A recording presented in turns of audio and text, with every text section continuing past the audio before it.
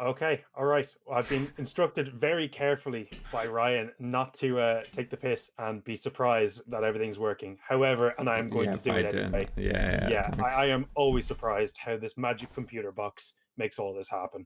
But as you can see, we're live and we're joined for the last time, maybe ever. Who knows? Sponsor us, maybe we'll come back. We are joined with the normal. We got Ben Belong knocked out by Trinity Long. He's here. He didn't like that intro. He also didn't shave as we instructed him. We're No, also joined by the normal tech guy. We've got Ryan. He's pushing the buttons and adding some criticism when needed. And we're joined by a very special, probably the most honorary guest we've had so far. And I'm sure he's delighted with the title. We're joined by Gambra. How are we, Graham? How's it going? Not too Yeah, bad. good stuff. Good stuff. So I suppose we probably just go straight into it. Obviously, the last game of the season took place yesterday. TD and back six. We had a little viewing party going. Ben, you were in attendance. What did you think of the game? First of all, what did you predict, and how did the game go? I predicted, unsurprisingly, a Todd 2 and Todd 2 out. The fancy flashes and smokes did not prevail, unfortunately. I mean, map 1 was maybe a bit closer than people might have thought, 16-10. Back 6 played well, but I remember just watching TUD's T side, and they're just like taking peaks on the like con and back 6, just dry peeking ops, things like that. Eco peeking because they get the skill. So it could have probably been a little less close, but yeah. Yeah, and then map 2, 16-7. I think when the side switched, TUD just ruled them. So yeah. Ryan, you were there too. Did he get everything right there? Did he cover everything? Any nuance? Any I mean, strategic? I think like QB can't really have any excuses. They got the maps that I think they wanted because they played UCC on train, and I was talking to Consor beforehand, and he thinks they should have beat UCC. So that means they're competent because we saw what UCC did to UCDA. Rest in peace. So like the fact that they got train, they would have been happy with. They know Tud permaban Inferno, so it's literally whatever they ban, which was always going to be Nuke as well, they told me. So they knew the first two bans going into it, so they could kind of predict what they were getting. I was also told if they got it on the Vertigo, they thought they could definitely bring it to a third map. And then we watched Vertigo, and it was worse than Train. I think it's probably right with Ben saying, Todd Ego peeking gave back six a couple kills where maybe they shouldn't have. But there was probably a couple instances, like we memed on them for fancy flashbangs, but there was a couple like pop flashes, audibly called, that caught off Tud members, and then they somehow survived the odd time whenever they got full blinded, just got round the corner. And for back six, that was always going to be like the prerequisite would be they would be able to outwork Tud as opposed to outfrag. And whenever your tricks that you're using don't work, you're kind of a little bit screwed, especially with Flash dropping 31 on the first map. Yeah, I was gonna say, to be honest, for me, the game just felt like, as we kind of expected, TUD just ramped up the fragging, and QUB couldn't keep up. All credit due. I think QUB actually surprised me. Or back six, sorry. I actually think they played some good Counter Strike, especially on train. They got away with some stuff. A couple of rounds that were pretty close that could have gone either way. Um, I thought train was really good. There were some really interesting rounds, some big moments from everyone. I just think maybe one or two of the players for back six didn't show up when they needed, and that kind of cost them. I think maybe had back six showed up in full form, like we know maybe they could have in maybe the group stage, for example, or maybe their Newell form, they could have probably taken them up. I think Train maybe one more player just pushing a little bit further. I think Train could have gone the way of QB. Graham, you were in the server, so you probably got the best idea. Were you permanently flashed by their fancy flashbangs, or what did you notice from being in that side of things? I'm probably looking at different things rather than the actual broadcast, so I do tend to miss things. Yeah, Train definitely seemed like it was far more competitive of a map. Yeah. It was like Train definitely, the first map definitely felt like it was, this could actually be the map where they TUD finally get taken down. Yeah. And it was just Flash with 31 kills. Yeah. And it was just like, when you're going up against someone on TUD that you probably already know are more than likely going to beat you, and then they still drop 31 on you. Yeah. It just feels like how much can you do? The Vertigo definitely felt like it was back more to what you'd expect from TUD. Yeah. Just kind of there was a lot less of the disrespect kind of stuff that you would normally expect from TUD. They kind of like running out with an auto shotgun or something like that. There was one round where Kaz got the Zeus. Yeah. But that was right at the very end. That was when it was 15-6 or 15-7. Yeah. I actually lost them the round, I think, and then it was basically over at that point. Yeah. So then they did it right at the very end. But like TD seemed to actually like take this quite seriously, and like it showed, particularly in Vertigo. Yeah.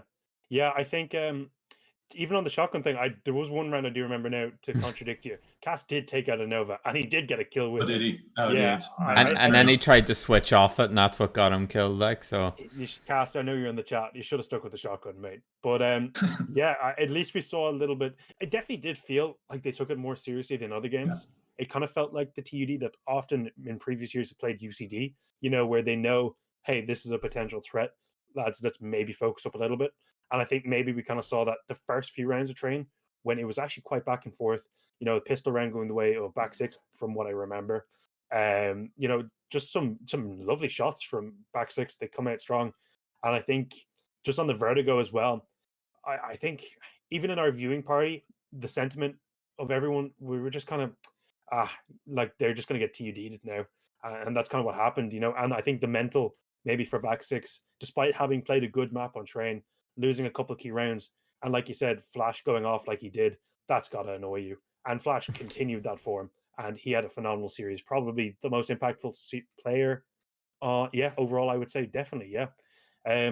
So that's it. Congratulations to TUD. Another phenomenal season, undefeated still, and a really nice send off for, I believe, Ventake's leaving, Arek's leaving. I think Ventake tweeted out. Yeah, you think? Yeah. I think Ventake was saying that he's now been in the finals every time he's played, and he's won every single time, which is such a nice thing to graduate college with. You know, he just casually getting paid a salary by ICE at this point. But I don't even think there's much more to talk about on the game as such. I think we all kind of probably knew that this was happening. I personally am honestly pleasantly surprised that Train was as entertaining of a map as it was, at least for me, on a map that I don't normally think is that great as a spectator experience. But yeah, GG, fair play to them. They did what they had to do, and that's another one under the belt. And we kind of like we're structuring this one as our last episode a little bit different because we've got someone important on, not any of you normal shooters. So we've kind of prepared a few questions, and we've kind of put more emphasis on viewer questions because realistically we have a good chance to pick at the brain of someone who's behind literally everything that we do. So Ryan has a few, Ben has a few, I have a few. There are some viewer questions, so I think we just go straight for that. See where we go. Just before we get to the questions, I just wanted to say, like, this has been one of the best. I mean, despite all the criticism and stuff that will come with the questions and the like, I don't know for sure because CS Codex is down and Patton doesn't have it up anymore. But I'm pretty sure this is the most attended CS event that's ever happened in Ireland. Wow. Like, we had 27 teams sign up, and it's like that's phenomenal. Like since I've been doing CS events for the last couple of years now, I'm pretty sure this is the largest one. It's like for a game that keeps getting a game that keeps getting for a game that keeps getting said like, oh, it's you're back. For a game that keeps getting said like, oh, it's dead, or it's going to be killed by Valorant, or it's going to be killed by PUBG or whatever.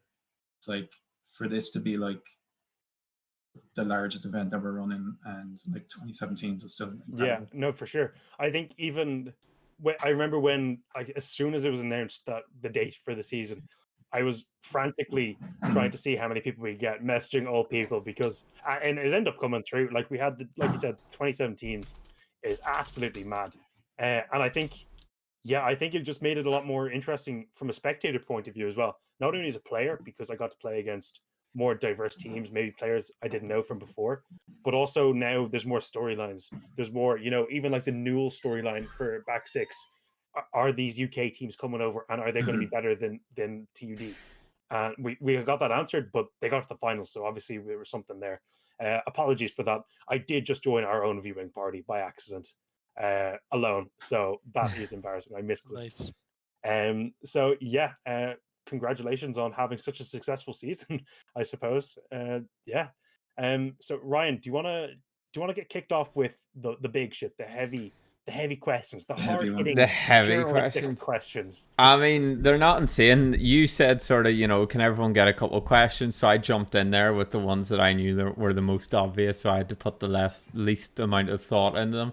So the first one's just sort of like, people are kind of, well, actually, I thought it was kind of good last night the way you brought in an observer, because obviously Nexalicious, he casts normally for you guys, but he also has done observing with ICL and casted for them and such.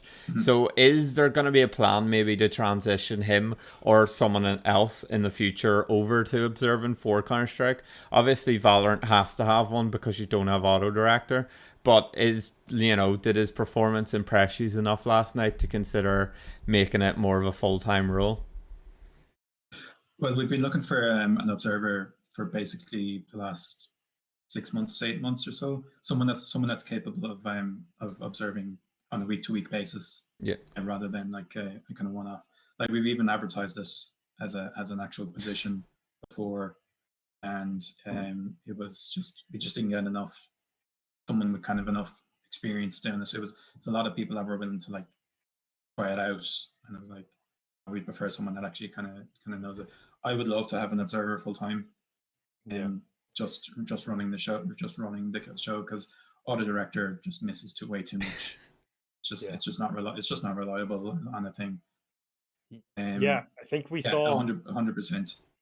Yeah, I think we saw the style of observer yesterday. I know Nexalicious loved. I think that's his name, Nexy something. Nex. Yeah, Nexalicious.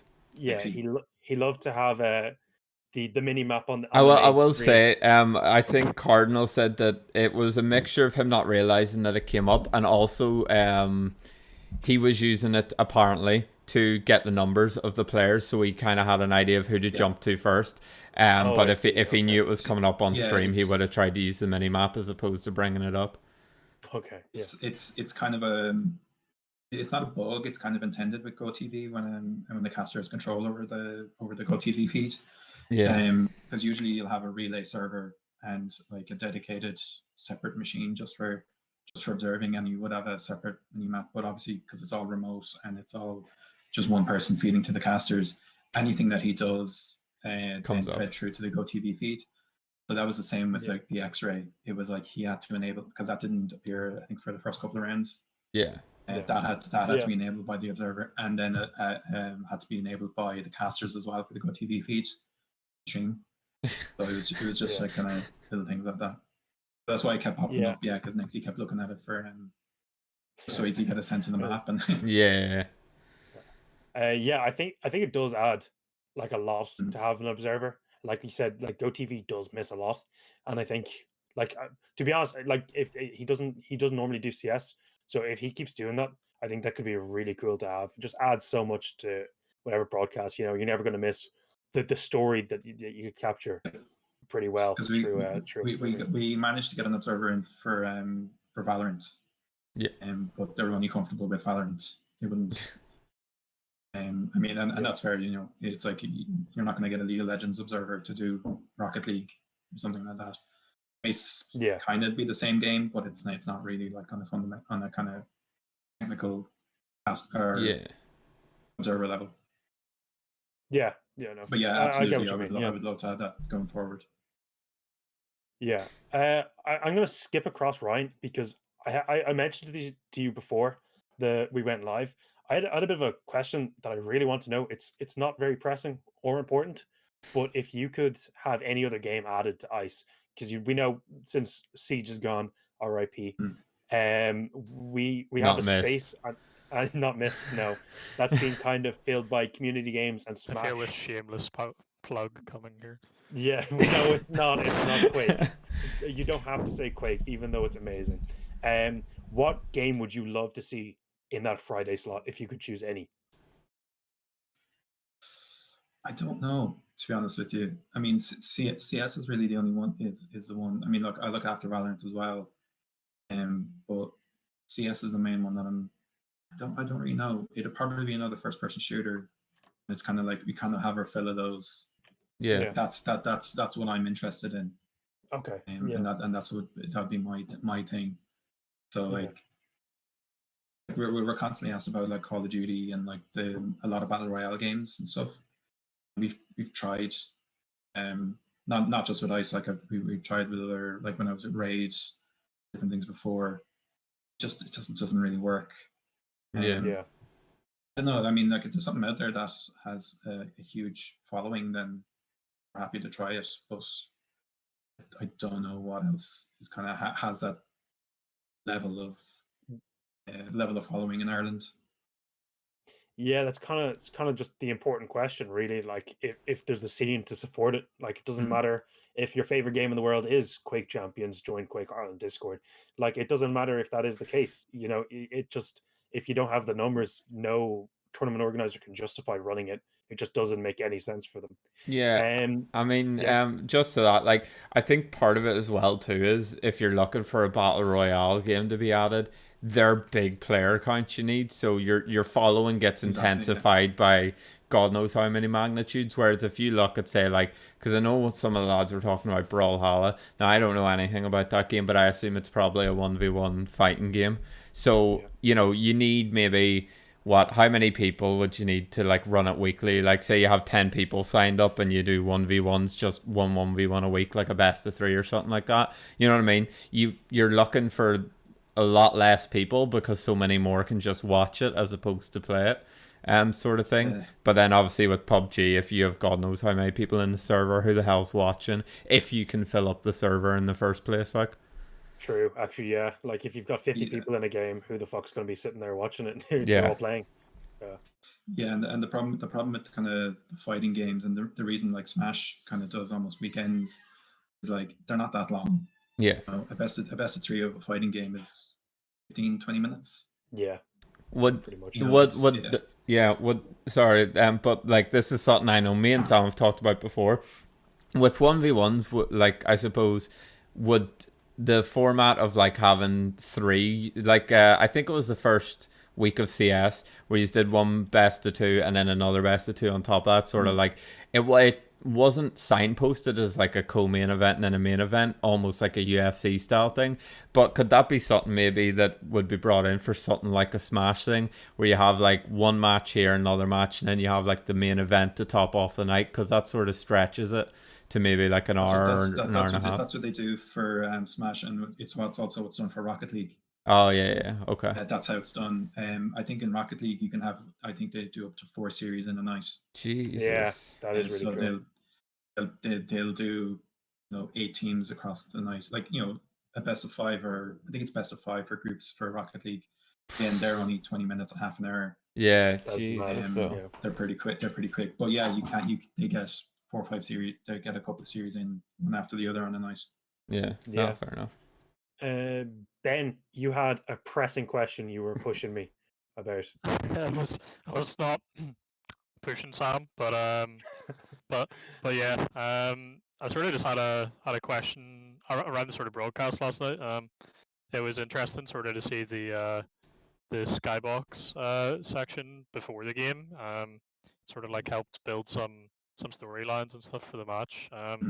What would sort of be your thoughts on if you were to have, say, team captains come on before the games, maybe talk to the casters and talk to each other, and try to build up some hype around it? Is that something ICE could do, or it would be possible to do? I don't look after the stream production and kind of the decisions and management that goes into that. But I do know it's a case of kind of equipment and kind of infrastructure that's needed for that is quite a lot more than what we have at the moment. Kind of like the logistical side of things to have like every caster have a cam, and then not just have a cam, but also like make sure that their beds are, the bed isn't in the background, that it's like that's presentable professional. item. Yeah. It's in the back as well. So Yeah. that kind of, it's the next step. Yeah, Sam. That, The bed I in the would- back. I mean, yeah, like I'd like to see I'd like to see it, but it's just a case of like whether it's possible to do on a kind of infrastructural level. Because even last night, and in the kind of, we had to like coordinate between 3 different people on the server alone. That was quite, that's quite difficult. Never mind if then the casters are then trying to like get OBS to work with the cams, and then bring in another person to, you basically need another person dedicated to like vmixing and producing the stream. Yeah. Even if you're able to do moment, like, usually I don't know, for example, like you guys had like the pre-recorded Skybox section, and that's maybe something easier. Maybe you could do like a pre-recorded interview or something. It also means that nobody says anything horrific on the ice stream. anything loud on stream. Yeah. That was just sort of my thoughts. I think it would be cool to see something like that. Yeah, I think it does add a lot. Like you're saying, I think storylines is like the key thing, because it does. That's kind of what we, I mean, sort of what we do here. Like we kind of build a little bit of tension or story between the games, and for me at least, it makes it more exciting going into it, knowing, X player maybe potentially doesn't like X player, or these teams have played each other before, and this outcome came about, and stuff like that. It's just that extra little bit, because I know I've watched a lot of Counter-Strike over the last couple of years. Like when it can get very samey. So what you want to do, and this is what's at the pro level for me, what's interesting is the storylines. Who is playing who? Have they played with each other before? Do they know each other? Stuff like that. I think that could make it a lot more interesting. But then again, I do understand as well the logistical concerns. Not only making sure everyone has a webcam, but to an acceptable quality for the stream that you're trying to maintain. All that stuff. Like it is fair enough, and maybe it's not something that could be done immediately. But mind you, the pre-recorded stuff was a good suggestion. Like that could definitely be done. But in long-term goal, I think stuff like that. Obviously, you're not responsible for that. I'm just kind of rattling on. But, I think that would be cool. It's definitely like to like step it up to the next level. Yeah, and like kind of like get it looking more professional. Yeah, actually, it's just from that. Then, like, I was wondering, like, what would your ideal ICE CS broadcast look like to like format? So from start, like, what would you have any additional content? Obviously, I'm sure you'd like the observer. Like, is there anything else that would like be perfect for what you would like to watch as an ICE CS game? Like, absolute perfect Yeah, words. It would be a studio. Okay. Yeah. Not even a big one, but it would be a studio. Like even when I was running games for ICE, and we had the Red Line Cup, if anyone remembers that from about 4 years back. We had like Mitch, Dean, Dinko, doing casting in studio for that. We had casting, we had vmixers, we had observers. Obviously, that was like Raid kind of learning the ropes for things, and it's quite difficult to be able to do that in a student context, particularly because it's across so many different games as well. Yeah, it would basically be it would have to be like a full-time thing, like an actual production studio. But that's a dream. Like for what we have in the moment, I think it's pretty well across. It does pretty well across all games. Like, yeah, I think, I definitely say that would be the dream for everyone. And I suppose no one in the Irish scene in general is really at the stage yet where we can have that infrastructure, or even the money just isn't there for anyone. Yeah. But like down the line, it'd be so cool to be able to do playoff matches on LAN with a broadcast. This is going to be well beyond when I've graduated everything. But like 5 years, maybe, bit of investment, a studio, at least the finals would be really, really cool, because it adds so much more. Ryan, did you? I think, was it 2 years ago, the ICE finals were at LAN. Really? Or what was it? Was it ICE? Was it the Overwatch? God knows Evan's here. He'll probably end up correcting us in the chat or something like that. Yeah. Wow, I didn't even know that. I know there was some. I know the ICE finals were at the Raid LAN as well. But that's about 4 years ago. Wow. Okay. think so. Yeah, there was LAN finals for Ice. I think it was League of Legends and CSGO. That was back in that was on Raid LAN, and I think at Dublin Games Festival in the RDS there was Overwatch possibly. Oh right. I may be getting that mistaken because I was running the CS there, so I don't remember fully. Yeah, fair enough. Ryan, did you have anything else to ask before we kind of transition over to the long list of your questions? Yeah, so basically just sort of like it's just a seeding thing in it. Like you knew it was coming at some point, but just obviously you're probably gonna look to seed the groups differently. Would you be interested in like also seeding the playoffs differently as well as the groups, and what's the sort of overall idea? Because I know I've heard things down the grapevine that you are like already thinking about what way you are gonna work it for the next season potentially. For sure. Well, this is the question everyone was expecting and waiting for. So just to explain with what happened with the seeding this year, basically it was the 2017 was completely unexpected. Didn't expect that many teams to come in, and because signups closed basically I think 2 days before the first group stage games. Jesus. They closed on Sunday night, and then I think the first games were on the Wednesday. So we basically had to get the groups out the Monday, I think, to actually have people to get together to prep the games. That's like all the problems now with the seeding. Like that's on me. Like that was my fault for rushing it and not putting it together. Because I'm the only person that runs the CS and the other people in ICE aren't involved in CS, it's kind of down to me to put together the groups and the seedings. Yeah. The main thing that I had was obviously we don't want anyone from the same college in the same group. Yeah. And the seedings for teams from because there's not many other CS tournaments happening at the moment. I mean, like now ICL are doing ones.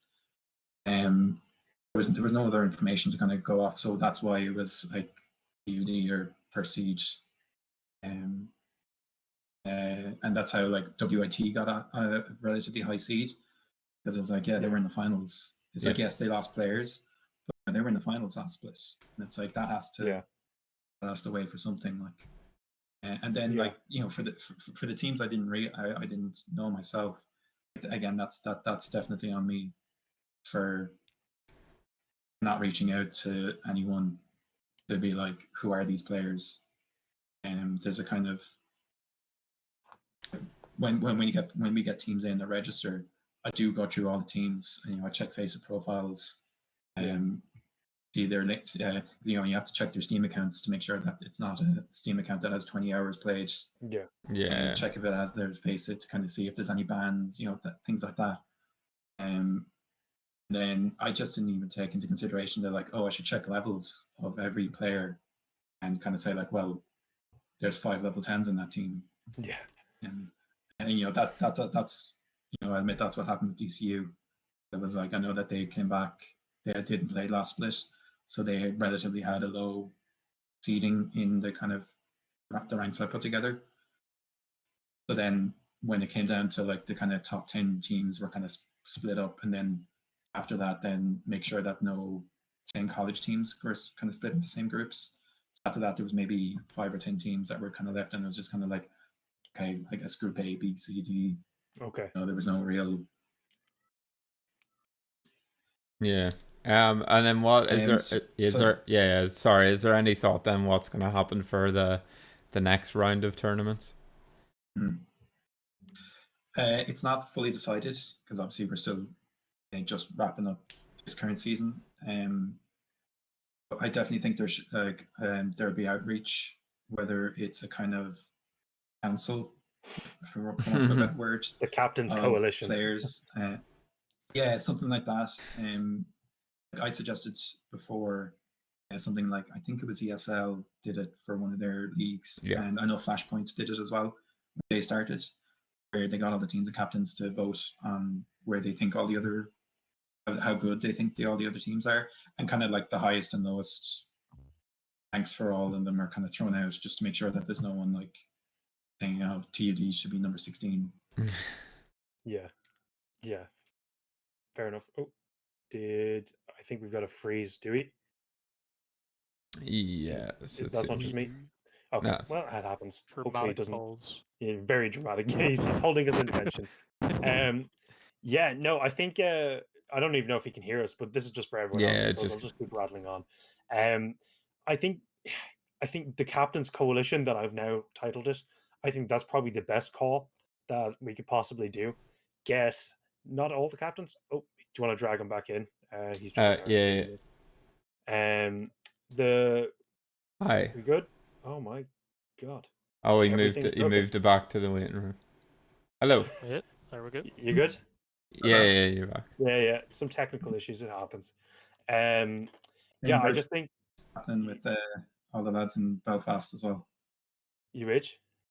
It's the same as the Virgin Media stuff. Oh yeah. Yeah. It just dies like- randomly. Yeah. The worst thing is I work for him. Oh, right. You can't even get a good deal. All right, fair enough. We do have a long list of these viewer questions that I would like to get through because the meme is real. I do have a bus to get. Yeah, I have to mention it. It's the last time. Guys. He It's the last said time. Did I get through the end of the seat and stuff there before I cut out? You stopped at taking away random seeding like TUD being ranked 16th, and that's pretty much where it froze.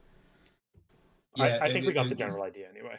We know it's probably going to be something like that, or it'll definitely involve some sort of outreach to either most likely to captains rather than kind of the other thing. So,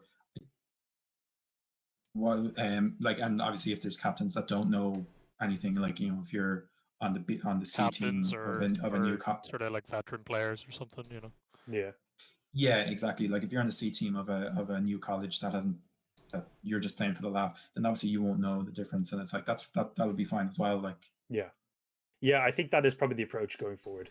Yeah. Just get the captains together, even just a meeting or just everyone, like you said, the ESL way, rating everyone and see how you get from there. I think that's probably what everyone would want as well, because I think people can understand that one person going through 27 teams of 5+ players, all of their Facebook profiles, maybe ESCA, maybe Steam, who knows, matchmaking.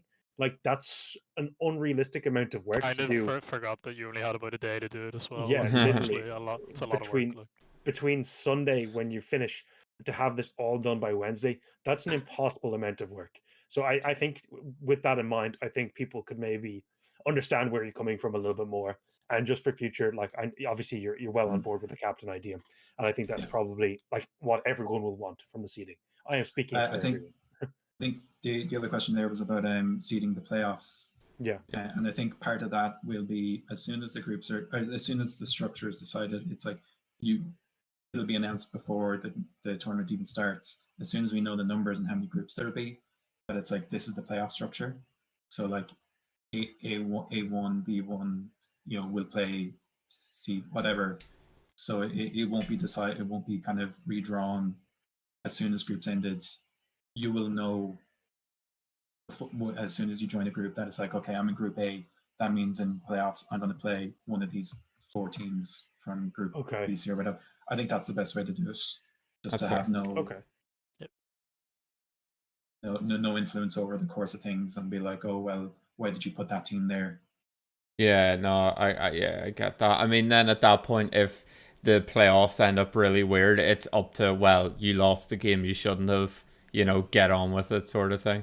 I think that kind of happened though this year with the way UCD ended up dropping to NCI, I think, and then that's why they ended up with TD. In a perfect world, if UCDA beat NCI, they're on the opposite side of the bracket, and then, that doesn't get clowned on as much, but they lost, and then they lost to UCC, so ultimately the whole idea of having UCD on the wrong side didn't actually end up playing out. Yeah. Ultimately. Yeah, I think, I mean, look, people are going to bitch no matter what, not saying on this specific case, but in general, people will always complain. They'll always find something to give out about, just kind of how it is. There's an interesting... on a personal level, like I don't mind that. Like, amongst all the kind of anyone saying anything, it's like, I know that it's criticism and I know that it's something that needs to be fixed. You know, I don't ignore it, and I'm not going to be like, well, this is the way I do it. Yeah. No, I mean, that's good. You probably would want the thick skin because it's, as we found out in the last few days, it's a toxic enough community. But yeah, okay. So we had an interesting question in the chat that I thought was, I think I brought it up once, maybe even when I was working at ICE. I can't even remember. It was early on. What are your thoughts on having show match like games during the ICE off season / Fridays / weekends? I want to ask Ben about this one because as a fellow captain, I thought maybe a 10-man between all the captains and ICE streamed as show match would be an unreal laugh. What would you think about that, Ben? Yeah, I'd love something like that, or even if you wanted to take, say, like the top 10 rated players in the tournament and put them in teams against each other or something like that. You know, it's something that builds a bit of hype, and especially if it's all players from different teams who don't know each other, it gets like some friendships and stuff going. And I know like I didn't really know Sam that well before this ice season. And now like we're doing a podcast together, you know, stuff like that. So yeah, for sure. I think it's a great way to get people more involved in the CS scene and also move over to things like ICL and you know the wider Irish CS community. So yeah. Yeah, I just think it'd be a great crack. I think it's one of those things that probably actually would bring in good viewers as well. People do want to see, like, I like the idea there of having the top 10 rated players, although that would just be TUD mixed up against whoever. So I don't know if that's that interesting. And to be fair, that question was asked by a TUD player, knowing he's probably in the top 10. We had another question about is there any intention of upgrading server quality? I think that was from a QUB player. It was, but at the end of the day, like Virgin's just been hell on earth during like the whole season. Sure, even whenever we played the ICL Valorant thing, I think there was a lot of delays, and it was primarily based off of QUB players. So you know, it's just one of those things. It seems to be a very specific issue affecting the Belfast teams that are on Virgin. It's a routing issue to the servers for sure. Yeah, when I was at home there, I got the same I'm on Virgin, and like I'd randomly go into a PUG, I'd just get 200 ping, just stuff like that. You know. So for the semis and for the finals for QUB, they were actually played in the Netherlands on the servers. So it adds over a kind of a tiny bit overall to the ping compared to the UK, but it's still like 20 to 25. Yeah, I don't think that's even noticeable, really. Like, that's what you play in pugs and like everything else. So I think I'd like if that was to be the go-to, if that's the fix for everyone. I don't think anyone will complain about having 10 ping extra than normal. That like I don't think most people would even notice that. Yeah, it's unfortunate. Just in kind of overall in kind of the general on servers and stuff like that. We've been actually like I've been looking for the last while to kind of move away from this kind of very manual way that it's done at the moment. Because the get 5 that we have at the moment, that's just like a throwaway stupid domain that I started like 2 years ago that I just installed on, and I got it to a point where it's like it works and I can get it working, and then have just left it. And it's like we did investigate after the autumn split there back in December to move away to a new server provider, but that house was really the only one that kind of had that kind of control, and also more importantly for us, it was the pay by the hour, which really helps. Okay, because we can't keep we had 16 games running, or 14, 15 games running at once on the first week. Yeah, and it's like you would need 14, 15 dedicated servers, and it's like that's not feasible. Yeah, I think even what ICL do, the challenger mode, which is all integrated. I know Retzal was adminning. I have spoken to Retzal about that. Yeah, I think that's going to be looked into. I think that was like as someone who's played in the ICL tournaments with that, it makes things so much easier as a player because it's literally okay.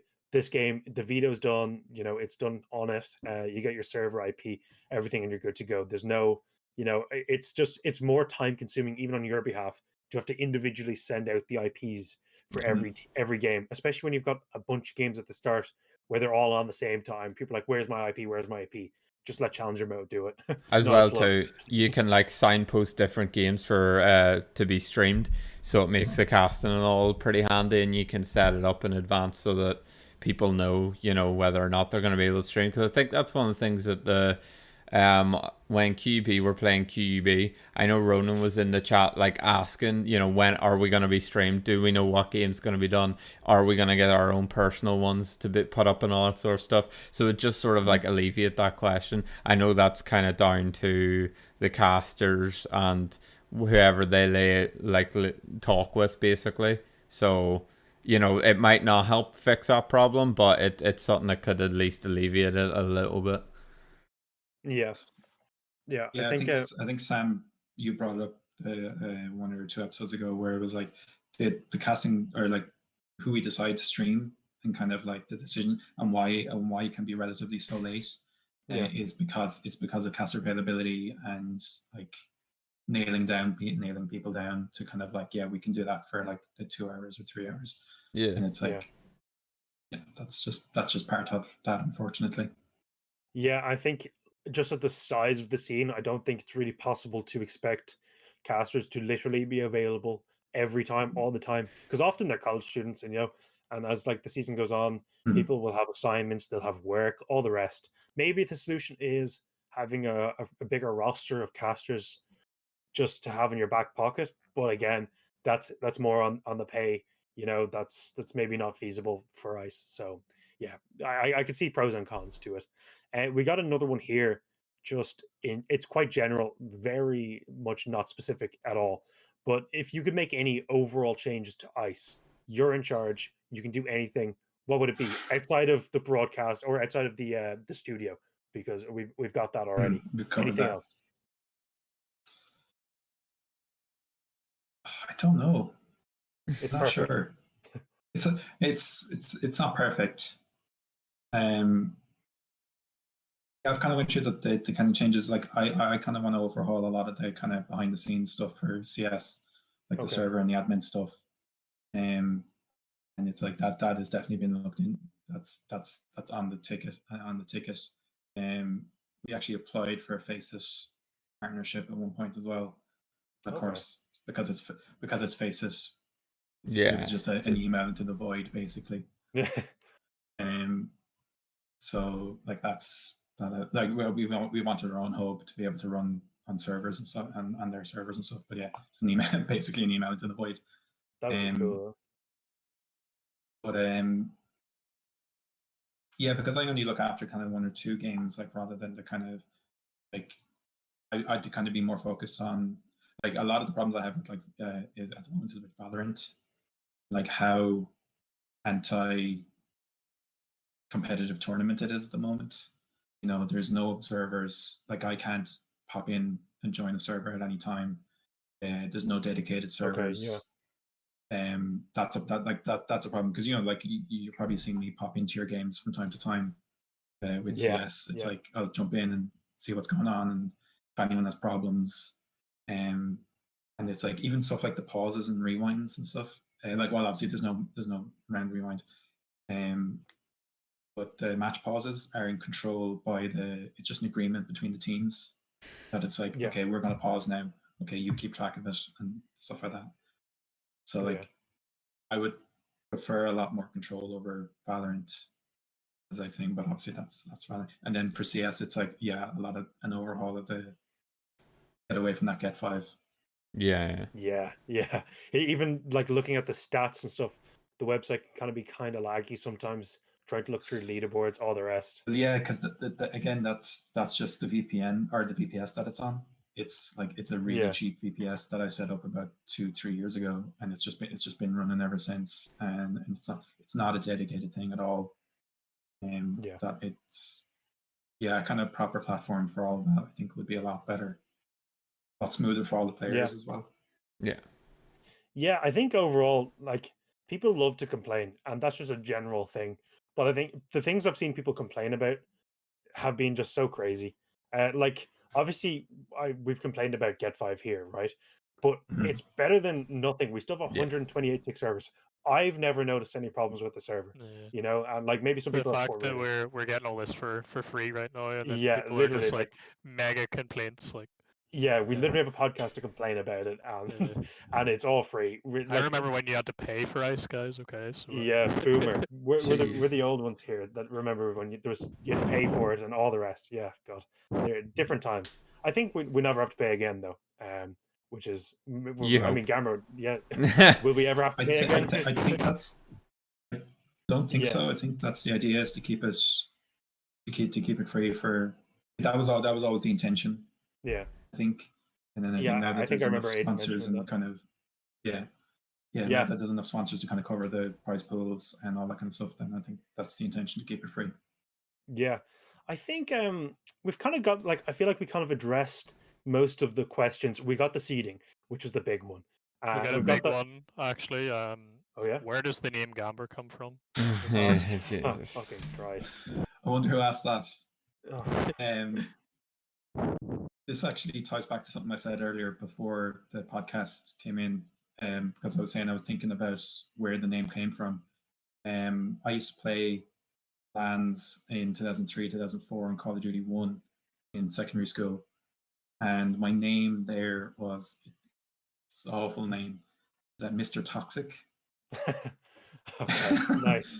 And Nice. what happened at one of the LANs was one of the other teams, actually from my own school, started singing Britney Spears' Toxic very, very loudly at me to put us off. And it worked.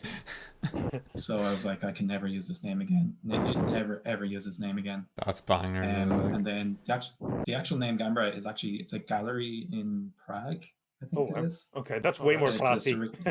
It's a lot better It's than a mine. surrealistic art gallery. Yeah, And it was just, I think I saw it somewhere written down and was like, that's a cool name. fair enough. It's a cool, that's a cool word. Yeah, Like, it sounds cool. I was like, yeah, I just took it then. yeah. Because I knew I could never, ever use that previously. Well, now you've run the risk of that being what you're known as now, and I think from now on, I'm going to refer to you as Mr. Toxic because you put that out there, and Like that 15 years ago. yeah, well, that's gonna stick with you. You've brought it back. Congratulations. Ryan, did you see anything else? Because I kind of haven't really been checking the chat much. I feel like the seeding was kind of the one people cared about, and then any other complaints have kind of been like fairly addressed. I don't really think. Yeah, There's the anything only crazy. thing, there was a question there. How did you end up as in the position basically that you're in at the moment, and would you want to maybe expand that and say do the same work for any other esports or any other position? If you could just like make magic happen and move to another position within ICE, would you? Presumably not, like, because I assume you love Counter-Strike, putting you just in a bad position there. No, like, I got into this because I've been running CS events and like adminning for, I'd say, 4 or 5 years now. I think apart from one tap LAN, every CS event that's run in Ireland since 2017, I've been involved in. Okay. I prefer the LANs, like, and kind of like the kind of more top tier stuff. How I got into it was, I mean, I won't spend too long on it. I played a couple of G series with Hearthstone, and I got really into Counter-Strike as a viewer, like I'd say around 2015, 2016. But at that point, I was already too old to be a good player. Yeah. Okay. And even more so now. So when I think it was the Gamer Festival that we can no longer talk about, GamerCon. Oh, that's my LAN.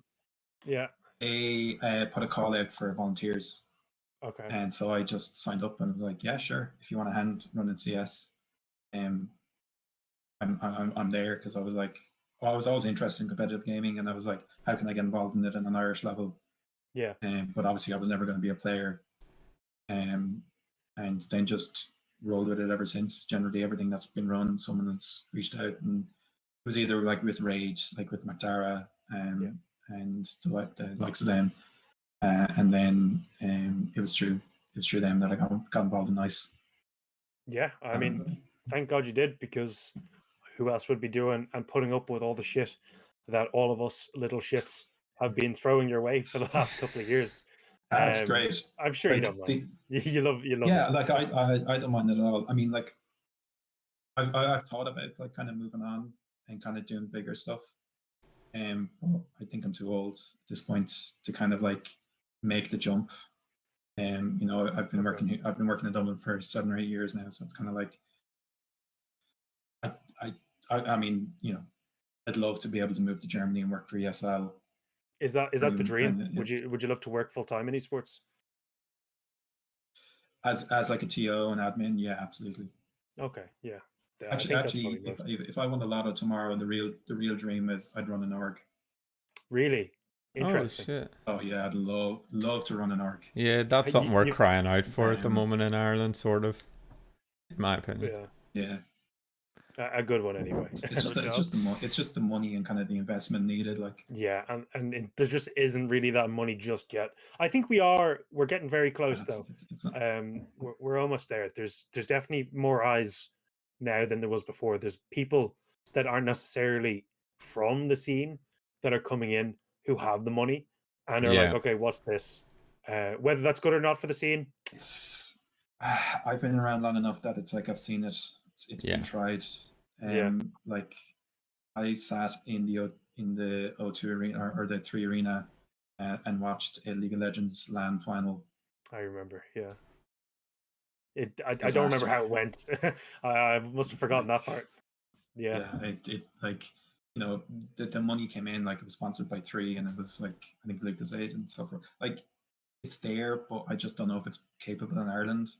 Like you see even the Yorks that are in the UK, apart from the likes of like Fnatic or something like that, it's like the kind of like mid-tier stuff. It's still just people in their bedrooms being like, yeah, I'll pay you to play the SEA Advanced or something. And trying to make a quick buck, like by signing the players a dodgy contract that has like a pretty good sell-on clause and stuff like that. Yeah, exactly. Like, and they're moving the content creators as well.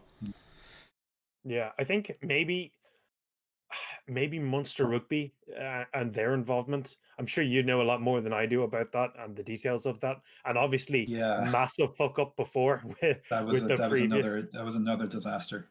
Yeah, and it probably held us back maybe another 2 years, but maybe we see, like, I know I've mentioned it before, there's other rugby clubs in our island that know about esports. I've been in a call with some of them, Flex, I know, and I know they're interested, and I know they know what it is, and that's really a start. Like, even if probably most people here aren't interested in FIFA esports, it's pretty niche, but there's a FIFA competitive league, and most FAI teams have a player, you know, like Dundalk have a player. Like it's getting there. I think we just need a little bit more time. But Ryan, I'm going to ask you again because I said I'd look at the chat and I still haven't been looking at the chat. Have we got any more questions, or can I settle us down and can I get a bus? Nah, I mean, there's nothing really. I suppose like one criticism that I've sort of seen is maybe transparency. Like, obviously, I'm not going to sit here and really grill you too much, but I know one thing that kind of upsets people in the scene in general is when decisions are made, people sometimes don't find out why a certain decision's been made or what, you know, sort of the background to it. Obviously, with an investigation, you don't disclose everything you find and where you find it and stuff like that. But even with, obviously, we've seen shit happen in the Valorant scene. But just in general, like, some of the vibe I get is maybe, you know, it's a little bit secretive. You know, without going into too much detail, is there ever plans to change that, or maybe is it just a misconception? I think it's a bit of both. I think it is a little bit of a misconception, but then there is also, we are going to be changing some things a little bit, kind of, like a lot of the investigations, like when we look into anything, we're not going to put out a full statement of like, well, this is what we found, and this person sent us this screenshot. Yeah. And it was like, it was caused by this person, and then we said, you know, looked at this. It's always hard to know like how transparent you want to be without kind of burning a player. That makes sense as well. Yeah.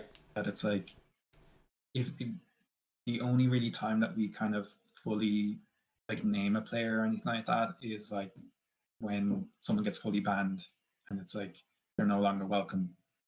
Yeah. More often than not, when it's like a warning or something like that, we'll only really announce the warning. Yeah. We'll probably announce what it's for. But anything beyond that is because it's like it just ends up in a witch hunt to the player. Yeah. That it's like, you know, if there's a specific allegation that it's like is serious enough to warrant them being thrown out of the league, then we'll take that.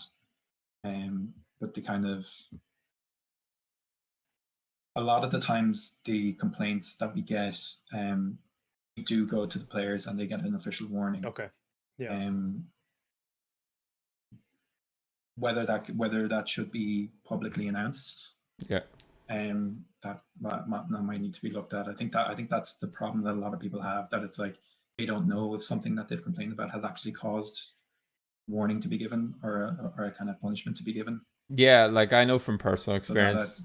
Or yeah, I'll let you finish. Sorry, I think it delayed there a second. Sorry, no, yeah, go ahead. Yeah, no, like from personal experience, like I found that Twitch that was restreaming GoTVs and stuff like that, and I remember reporting it, and I had to check back myself and just see that it was deleted. So I obviously knew through that you guys had taken action. I think not even like a, you know, this is exactly what we've done, but maybe even a, you know, we've taken action and then just leave it at that. You know, I think a lot of people, because sometimes it could probably be a little bit disheartening to report something and never hear if anything was ever done.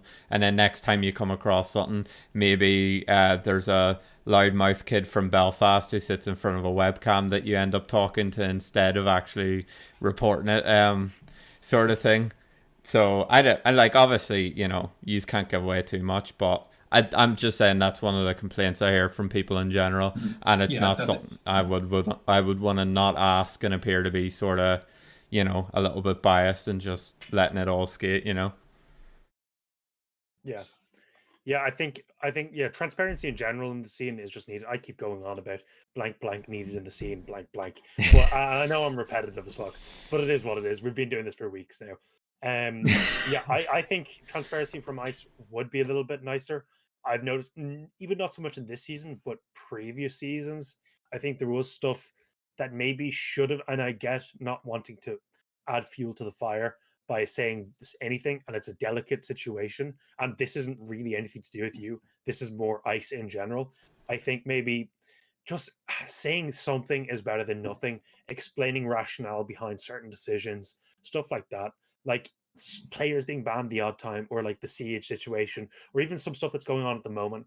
Just anything from the greater ICE leadership as such would be interesting, so that it doesn't feel like anything, like Ryan said, anything you say is just going off in the wind. You've no idea if what you said had any meaning, or if there's any point to report anything. But I think on that, I think we've kind of gone through everything.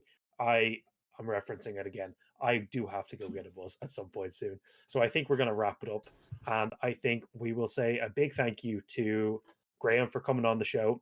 It's really good to get a representative from ICE, but also someone who's been around in the scene and doing work like you've been doing.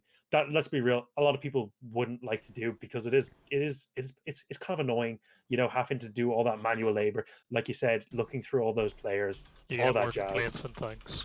Yeah, honestly. Yeah. So I think I speak for everyone anyway, that should be thanking you more.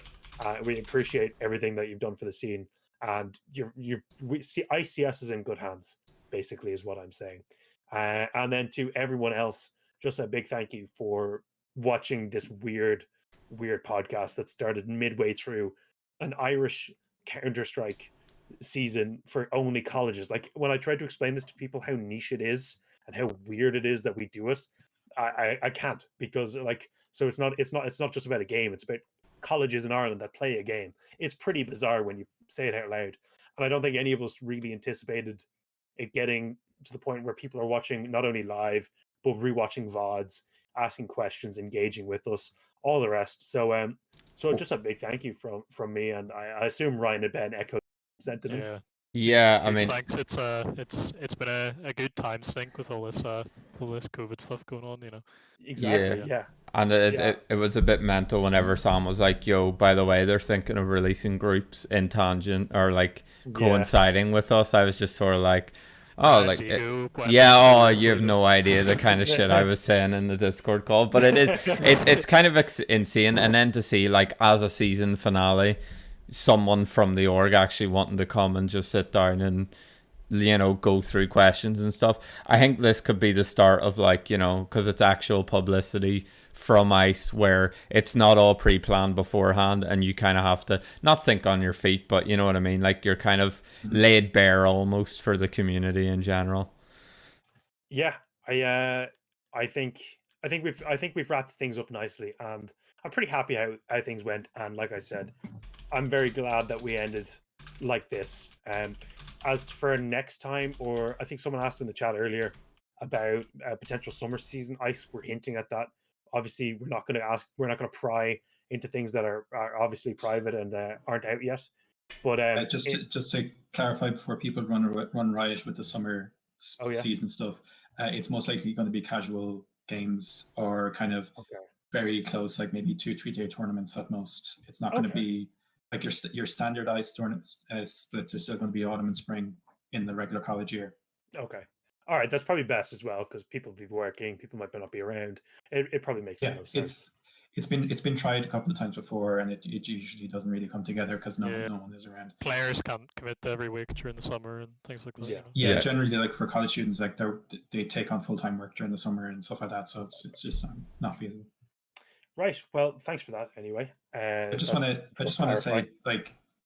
say as well. Just this is insane that it's like a tournament that I'm running has its own dedicated podcast. Thanks very much for this. Yeah, thank you for giving us. You give the content. Like whatever you said about the ego boost about me, like doing the groups or the bracket stage, just to know that someone is willing to talk for an hour a week on something that you're running like is unbelievable. And it's like just in general, like thanks to all the teams and for this split. And it's like despite all the criticisms, I hope they be worked on, and I hope we see teams back again next year. Wow, what a wholesome way to end it, guys. Wow, look at us. So yeah, I think we'll if Ryan can press the right button this time, because he has a tendency to miss sometimes. I think from all of us here, big thank you, and perhaps we'll see you in winter if we are still friends, Ben and Ryan. We'll see. We shall see. We shall see. No promises. All right, we'll see you guys later. Okay, ciao.